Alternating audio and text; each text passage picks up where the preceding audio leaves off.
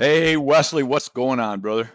Oh man, I am absolutely over the moon. We've got a wife of a living legend or a former living legend on the show today, which is awesome. We do. I mean, it doesn't get a whole lot better than having the one and only the voice Earl Nightingale. Is that good stuff or what? I think the other day I wrote something. I saw that, so I didn't write it, but the dean of self improvement, I think, was a term I saw, which is pretty fitting, I think.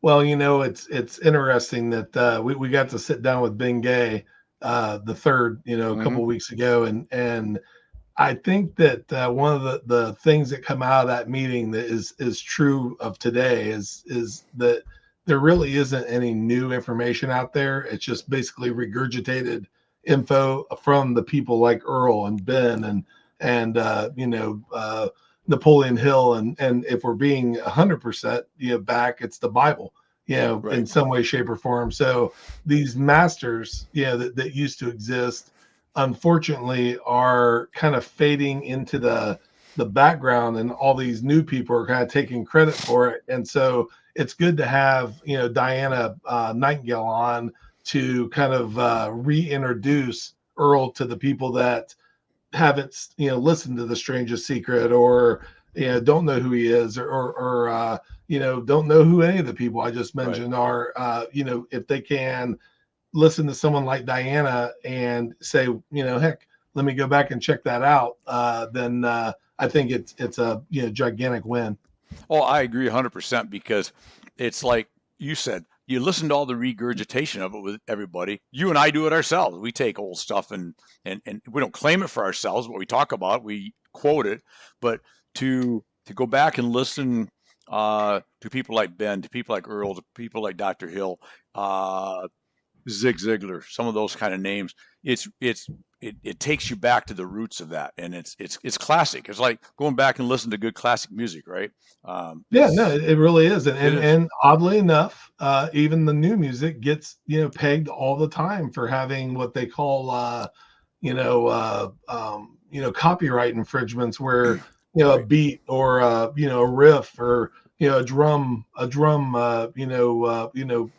will come into what you think is a new song, and they may very well not be trying to copy it, but Right. because they're so good, Yeah. they have it in there.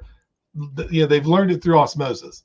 Right. And I think that maybe some of these people quote Earl thinking that it is theirs, Right. but the truth of the matter is, it's just because they're standing on the shoulders of giants. Exactly. I love that. Speaking of giants, it doesn't get any better than having Diana Nightingale on with us today. What do you think? Should we? As I think interesting it's as you and much I better are, to hear her than to listen to you and I don't jibber you think? jabber on. I agree. Let's go do it. Push All some, right, push some, push some buttons there, Mr. Producer, I'm Director, gonna push a Co-host. button. Here you Will go. you? How All about right, this let's one? let's do that one.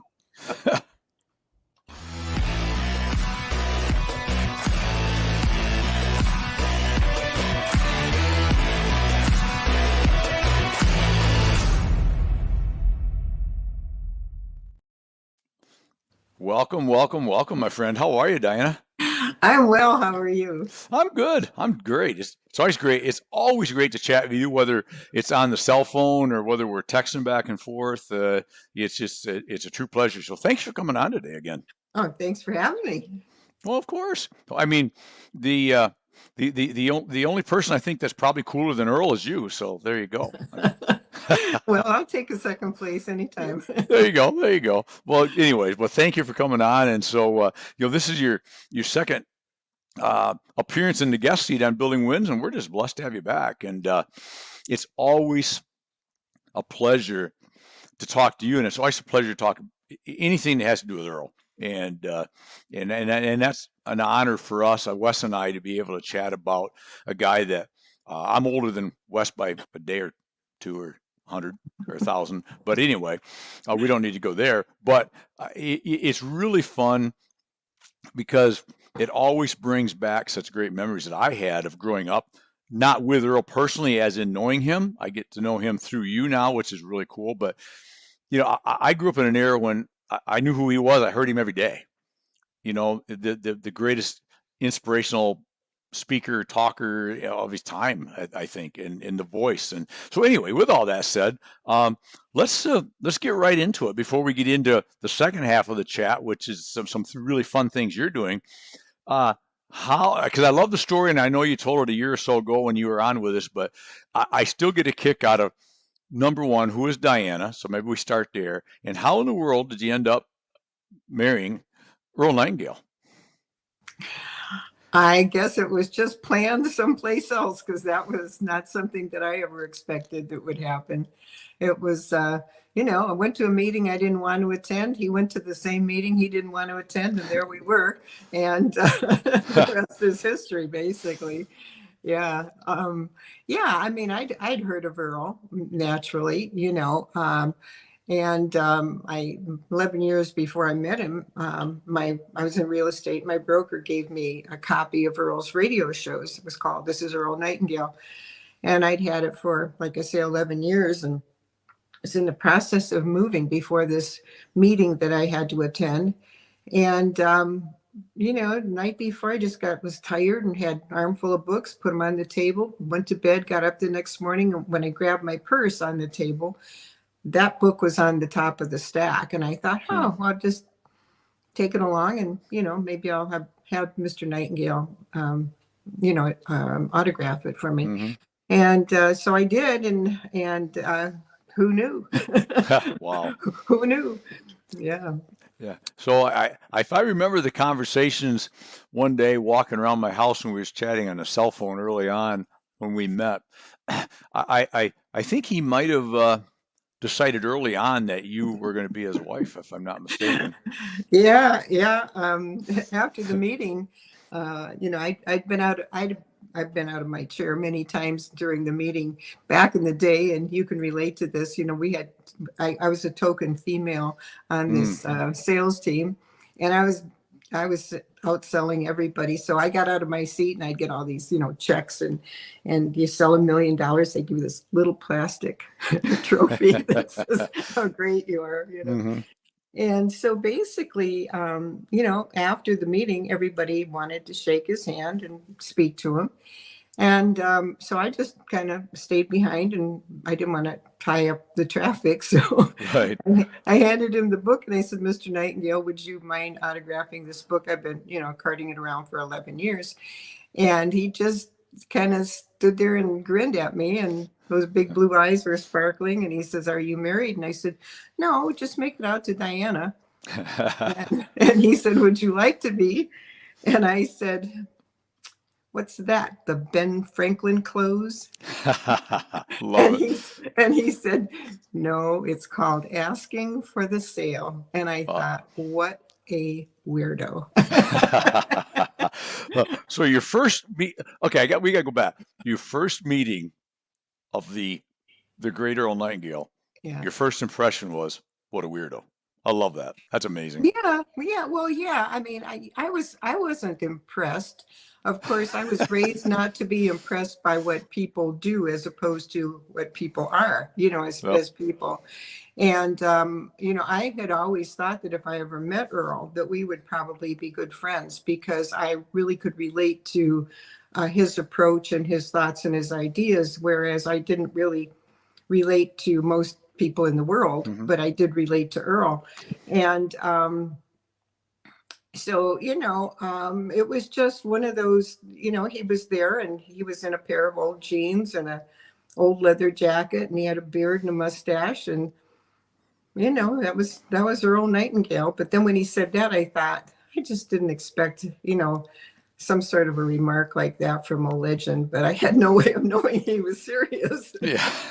Well, apparently he was, because it worked. So how long after that did he win you over and get you to the altar? Was that how long a courtship was that? Well, it was a strange courtship, because I lived in Florida and he lived in Carmel, California.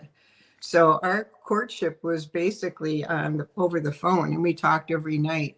And then there were some circumstances that I've written about on several occasions that brought me out to California. And so it was we were married in May. We met in January. So okay.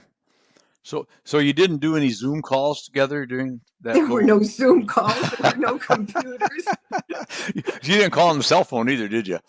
We didn't have cell I phones. don't know. That's funny, isn't it? No, That's no, awesome. no. I mean, it was really impressive because, he would make a phone call and someone would come to the door and they'd bring me flowers, and that was it. I mean, we really got to know each other over the phone, and I never had any intention of saying yes to him, but I realized that he was what I had always been on my way to my entire life. Sure. And we were like one brain divided by two people. Love it. Love it. And two thoughts pop in my head listening to you. One is you get back to, I mean, what a ask for the sale, right? And what a close that was, right? It's like right out of the gate. And it reminds me of something we talk about, all of us in the world of sales talk about is we're all in sales, no matter what you do, right? All relationships. I told some guys I was talking to a while back. Well, these people say, well, we're not in sales. Well, maybe you don't have that title. Maybe that's not the job description. But any of y'all have a significant other, and they're all raised their hand. I said, well, looking at you, motley crew, are very good salespeople because you wouldn't have a significant other if you weren't good at sales, right? You sold yourself on your significant other, and obviously Earl did a pretty good job with you. And I think he won. I think he did good. We both did well. Yeah, It was really special. Yeah, I mean, he says in the Strangest Secret that we all are salespeople. We have to sell ourselves all the time, whether it's convincing somebody in your family, selling them on the idea of whatever. Whether I mean we are, whether we know it or not, we're always selling, sure we are. and that's one of the things that he talked about quite often.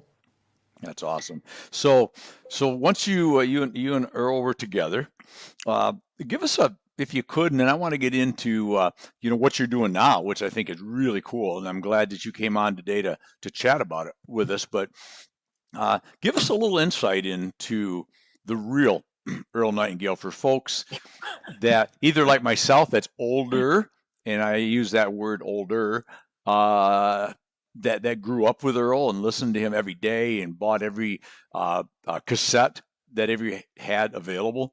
Or to the newer people, the younger people that may have not heard of him or heard of him, but it's like some guy way back in the past. Why should we care about what Earl Nightingale had to say? Well, for one thing, he spent his entire life researching to find out why people become what they become, and wanted to share that with other people. And as a result, he has helped to change the lives of millions upon millions upon millions of people all around the world as a result of the information that he was able to glean and gather. And none of it was new and trendy. It was something that was proven over the ages. Yep, exactly. And he had such a unique, obviously he had an incredibly unique voice, right? I mean, a voice that if you heard Earl Nightingale once in your life, and you could go 50 years and hear it again, and you'd know immediately that's Earl Nightingale, right? Absolutely. And I think that added to the message because he had such a great way of delivering his message, which was an incredible message. So it was like a combination of a great message with a great vehicle to get it to everybody. And especially in his day, it was pretty much all radio, right? Because there really wasn't much TV with it. It was all radio and speaking and tours and that type of stuff, right? Well, in the beginning, when he came out of World War II, radio was just really beginning. And, that was how he got his start, because while he was still in the Marine Corps, they were opening up a small radio station close by to his base, and they were looking for help. And he wandered in and sat down in front of a microphone. He said he knew that was what he wanted to do for the rest of his life. But yeah, for a long time, it was just radio. And in his early days, and I have some of the 1950s radio shows, where, he'd come on for an hour and he'd have to just talk. Just talk. Wow. I mean, just talk about anything. And they're really fascinating. And I think the most interesting thing that I have experienced is going back through all of his work to make it available to, today's generation. Some of the stuff you think was written last week. He has one program and it's called the Myth of the Machine. And you would swear that when this was written back in the 60s, early 60s, he didn't write it, but he reported on it. You would think they were talking about what's happening in today's world with social networking and with computers. And just find it absolutely fascinating. And and I've been doing his stuff for 35, 36 years now. And I still am really inspired and overwhelmed a lot of times by the messages that are there, because they're forever, Okay. Yeah, but yeah, his for me, I think the thing that always impresses me is the fact that we go through life and we meet the challenges as they come. And then we think, well, okay, that's fine. We figured that all out. Well, then the next challenge comes. It's really the same challenge, except it looks different. And then we're befuddled. And I find that really and truly, even after all these years and after having lived with him, of course, we didn't talk business when we were married, but you need to be reminded. You just need to be reminded. You need to be grounded. You have to be grounded in the things that really work and are proven to work. And there's just so much today that is so superficial and artificial and doesn't work. Right. I mean, it works for a weekend maybe, but Tuesday you think I spent all that money to go to that great hoo-ha, and what happened? Exactly. My life is unchanged. Well, we do tend to put a lot of time, energy, and dollars into the eternal search to be happy but the problem I think you just alluded to is you got happy for that 3 hour period or whatever the case may be, right? But we're not putting any energy into the things that Earl talked about a lot that stay with you 30 years later, 50 years later. Because as I mentioned earlier, I was a big fan of Earl's when I was 18 years old and thinking sales is where I want to be. And the messages from that time, they're still in my head. I may not remember them all if I sat here and had to try to think of them. But if I heard a quote, that's Earl, right? Or if I hear, I was looking the other day and found something by Earl, and I was go, man, I remember listening to him talk about that. And so it is timeless because as Wes and I were talking on just before you came on, there's only so many great new brilliant ideas that just come up, but it's how do you take those ideas, how do you massage those ideas, and how do you, like Earl was so good at, is deliver that great message? Because that was the thing I always found unique with Earl. He had a great message, and people have great messages, right? Then there's other people that are incredible orators, right? And can deliver very well any kind of talk.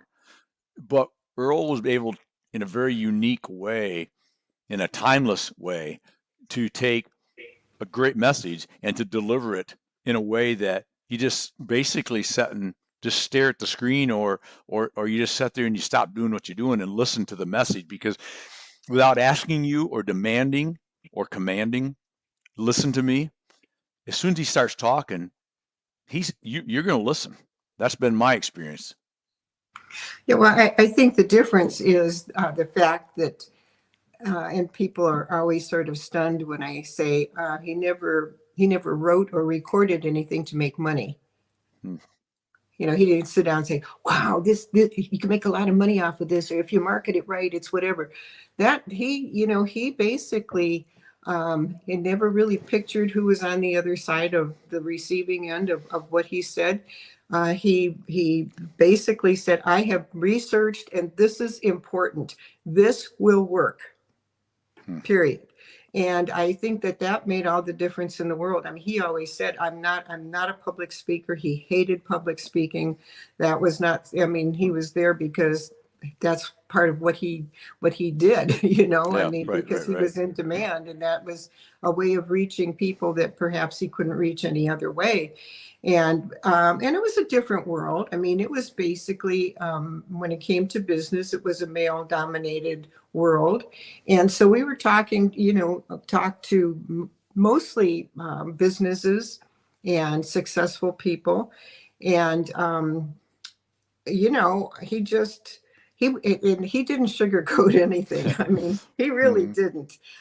People, you know, think, oh, he must have been such a wonderful, kind one. Yeah, he was, but he would tell you what he thought, and he really didn't care whether you liked it or not, because he felt like. And I have said quite often, when when I've stood in front of an audience, and I would say, I'll probably say some things that will offend you, and you may want to get up and leave, and please do. But once you get outside the door, please write it down, because that's something that you really need to work on. Yeah, You know? that's funny and Yeah, true. You're yeah, right. yeah. You're right. And I think So, a lot of people, I mean, as evidenced in, you know, social uh, networking, people are all trying to gather friends, you know. mhm. Yeah, well, that's all well and good. You can chalk up those numbers, but when life gets really tough, try giving them a call and asking if they'd like to come over and help you out. You Right, know? right, Because, exactly. yeah, yeah, Yeah, and that's a message. Unfortunately, in today's world, it gets lost, and a message is pays to remember. Um, it's the all those numbers are fun, but there's still going to be that core group of people, right, that yeah. you can count on. And I have to tell you on a personal note that I'm always so, you always bring a smile to my face when you drop me those just little hellos every now and then. I mean, it's like it's just really nice to know that somebody's thinking about you and just wants to come by and say, hey, how are you? You know, Yeah, well, I thank you I for that. well, you're very welcome. I don't I don't do those things are met because I consider you a very good friend now and enjoy you and so I reach out because I do wonder how you're doing. Yeah, Want you to know I'm thinking about you. I yeah. remember 2 years ago, maybe it was, you sent me a few days before Christmas. I still remember a picture of your Christmas tree in your house. Just popped up on my text one day. You know, I mean, that's just cool, right? That's Yeah. just cool. So, so we've been running across the bottom of the screen the Earl Nightingale Academy. Uh, let's just dig into that for a few minutes here. What have you been doing with that?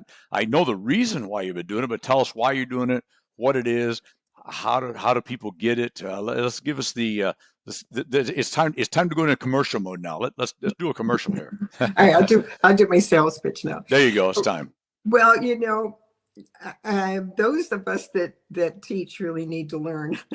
Mm, And one of the things that has bothered me over the last 5-6 years, I guess, I was getting to the point in my life where I realized I wasn't going to be around forever, and was hoping that somebody would catch my vision, which was to have some place somewhere. And of course, now we're talking pre-COVID and before artificial intelligence and all that came along.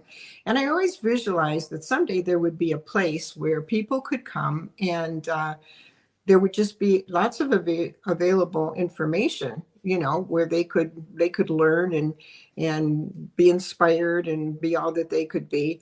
And I would always get upset. I'd go into negotiations with people that were talking about, you know, taking over Earl's stuff. And I'd think, why can't you catch the vision? You know, why hmm don't you see that, you know, I've got acres of diamonds here, all of this great work, and you could do this and you could do that. And they just sort of glaze over, you know. Okay. And so back in July, after one of those disappointing conversations, my daughter, Kim, turned to me and she said, well, Mom, why don't we do it? And I Mm, thought, well, how do you do that? I mean, right. because everything has shifted from having the vision initially where it would be a physical place, it would be a brick and mortar place. But then, of course, how can you offer that to everybody in the world? Because not Right. everybody in the world is going to come to this place. And suddenly, you know, you just sit down and you start thinking, well, you know, the internet and today offers everybody an opportunity. And so then the next question was, what's it going to look like? And so you start going through all of Earl's messages. And I said to my daughter, it will reveal itself. It will tell us how this needs to be presented. And I believe that. I think when you're being led, the worst thing you can do is take charge and think that you're in control of something when you've been given a great vision. And I would listen to Earl's programs, and I knew exactly what it was going to be. And so we put together the Earl Nightingale Academy, which can be visited from anybody anywhere in the entire world at any time. And basically, I go back to the fact that I was led by Earl's messages, and his messages were always for individuals. They were never intended for mass learning. It was always about the individual. So going into this, I knew that this was not going to be for everyone. It's going to be for that 5% that Earl always talked about, that 5% that isn't part of the crowd. And, he always said, find out what everybody else is doing, do the exact opposite. You'll never make another mistake again as long as you live. That one.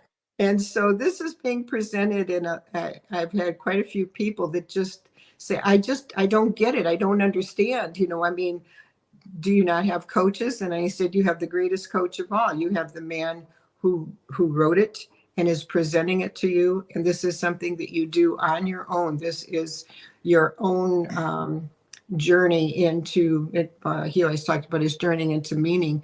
And it's your own journey into finding yourself and recognizing your talents, and then and showing you how to pursue them.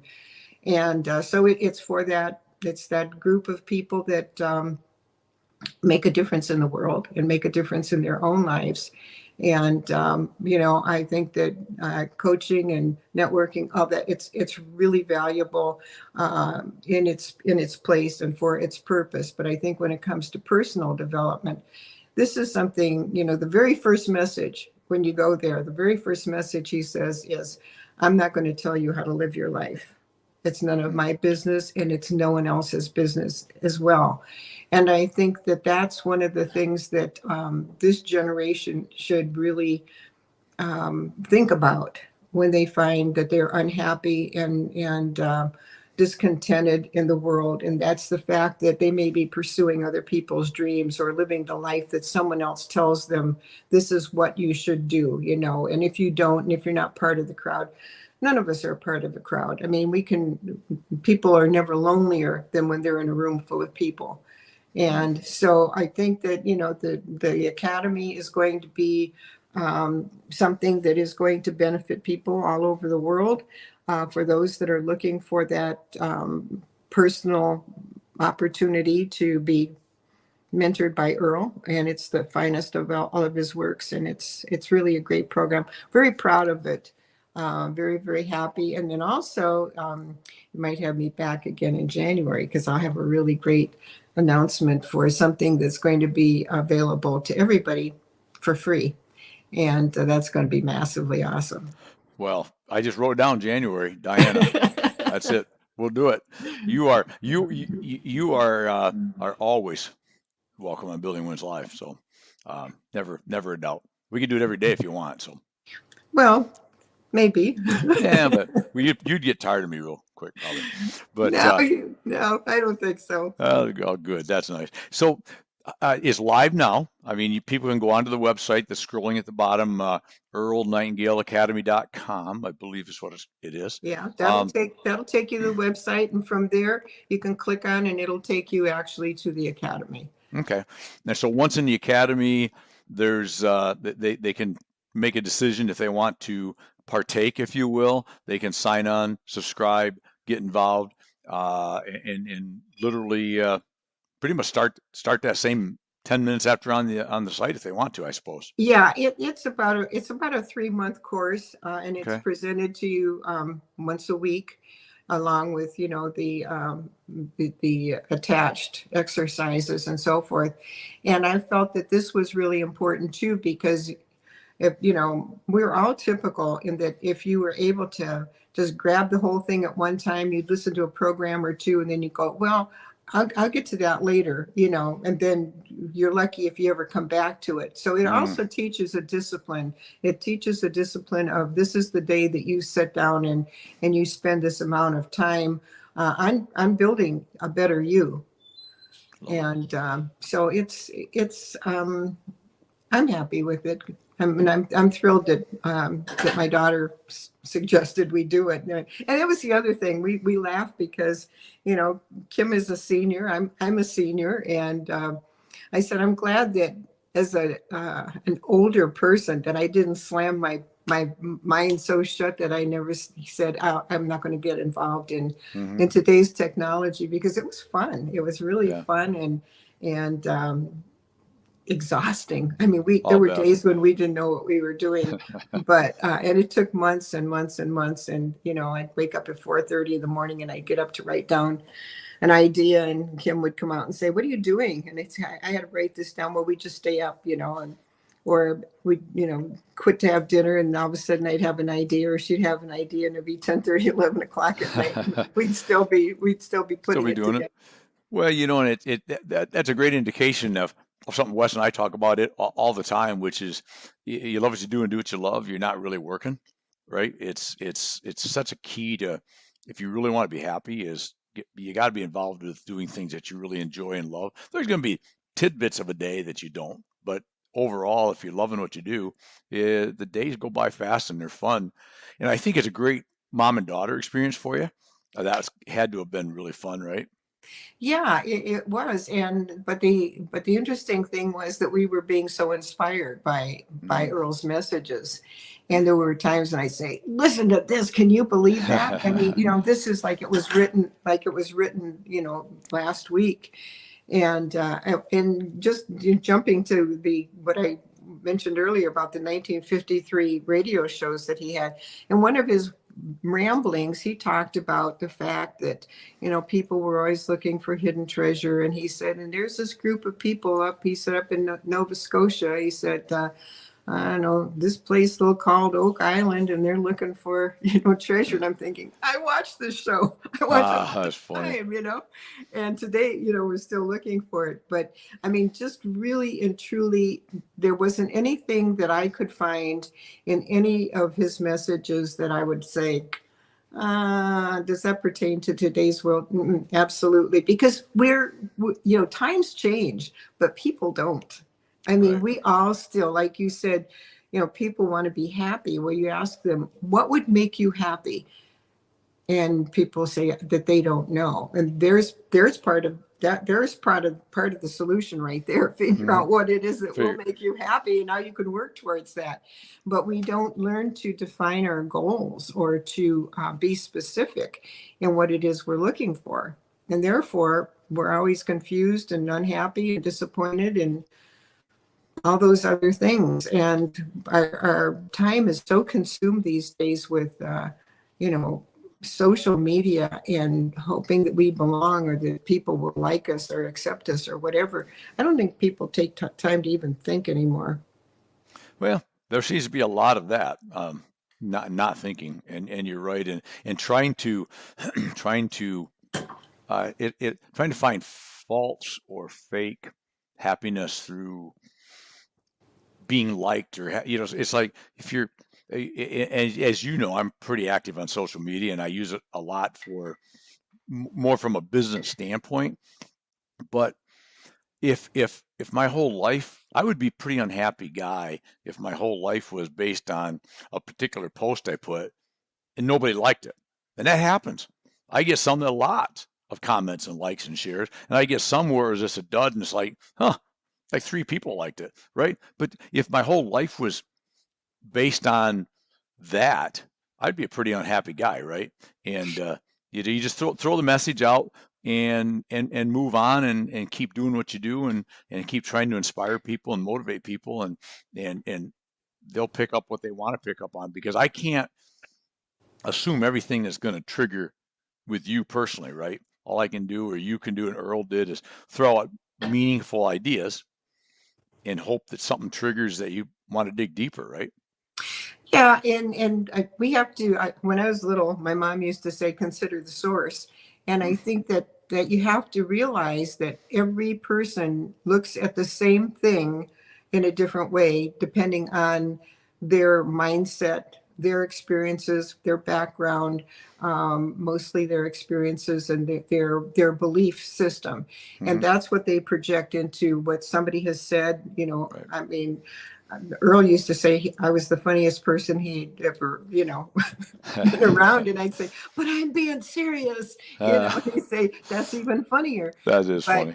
But I mean, and I think that as a writer, and I've been writing my whole life, people don't, they don't.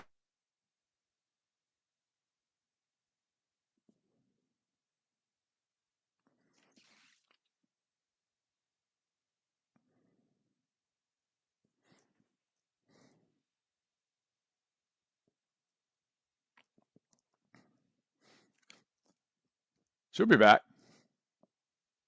You're on mute too, Wes. I said, I'll edit this out. Oh, I know you will. Yeah, we'll wait for her. We'll wrap up pretty quickly because I got a 4:15 thing I got to do anyway. So we'll wait for her. I think we're within 2 minutes of wrapping up anyway. Good stuff, though, huh? Very good stuff. I love the story about she and Earl meeting. That just it cracks me up every time I hear it.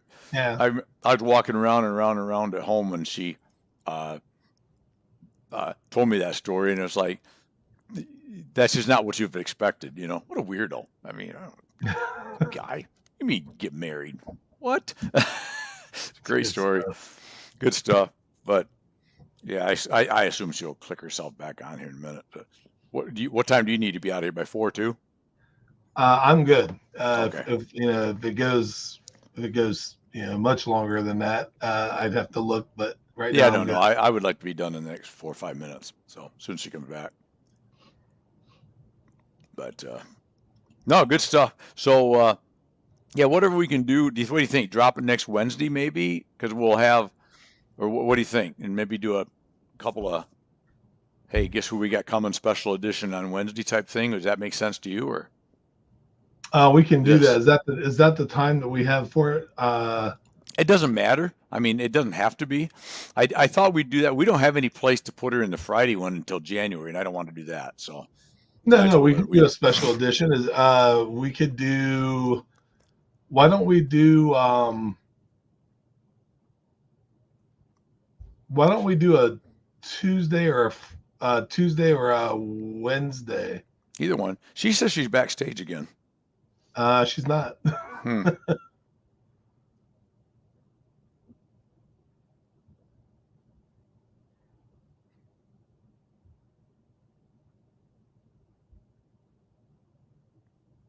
Okay. Yeah, Tuesday or Wednesday. I don't think she'll care. So I just thought that maybe I know I saw it pop up that you're already putting out something right now, and it might give us a, maybe like a weekend and Monday, Tuesday, or whatever kind of, hey, look who we talked to, look who's coming, blah blah blah, whatever. Just kind of help stroke it a little bit for her. Sure. Because originally I kind of thought we were going to do this live, or at least her and I chatted about it. Oh, there she is.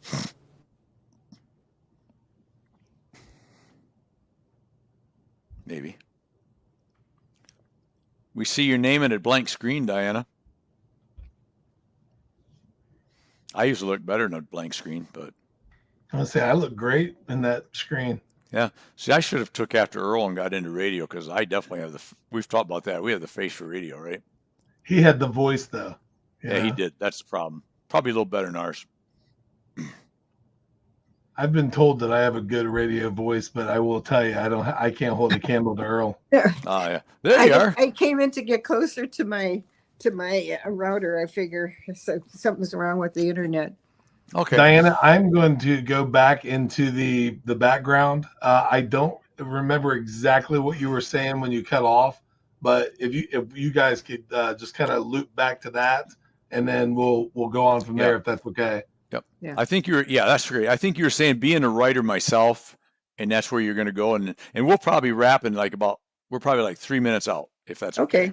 So So yeah, Yeah, just go ahead. So being a writer, you always have to be really careful because no one, you can't take a sense of humor into a writing because nobody knows whether you're being funny or sarcastic or critical.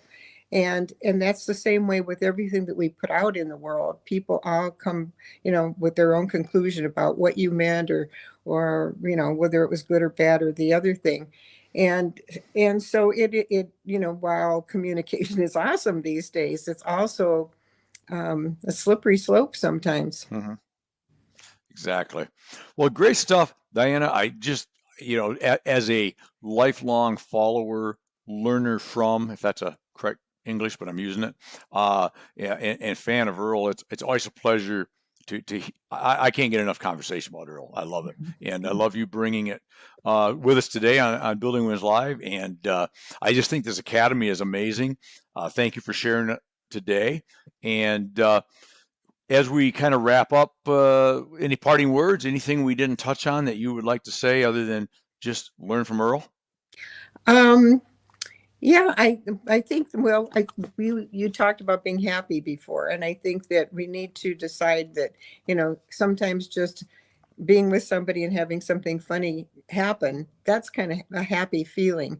But Hmm. to think that you're going to go through life feeling happy all of the time, or that everything, you've just got to always be content where you are, knowing that you can make a better future by, making better choices today and tomorrow. Yeah, good words. Great words, actually. Thank you. Diana, my friend, thank you so much. As Thank always, you. Thank it's a you. pleasure. And but one thing, since we did this today, I need a picture of your Christmas tree this year. Oh, it'll look a lot like last year, but I'll Well, send it's it. gonna be the same picture, right? I won't remember, so you can just send There the you same go. one. Yeah, I'll hold I'll up the send you. newspaper. I'll send one of mine, which is usually a little thing that tall on the table because we're a little bit minimalistic. Whew, that's easy for me to say when it comes to that stuff. So, uh, but Diana, again, thank you so much, my friend. As always, I appreciate you being on. I appreciate your friendship, and just hey, thank you. Good Thank stuff you're you. doing with Earl. Appreciate that. Thank you. I All always right, love our visits. you got it. Anytime. Cheers, my friend. Bye. Bye. All right. Does it get any better than that? It doesn't. It just doesn't. My day is complete. I may just take the day off now. Probably not, but because that's not what Earl would expect for me to do. Anyways, I hope you enjoyed that. Check out the Earl Nightingale Academy. If you haven't followed Earl, you need to follow him.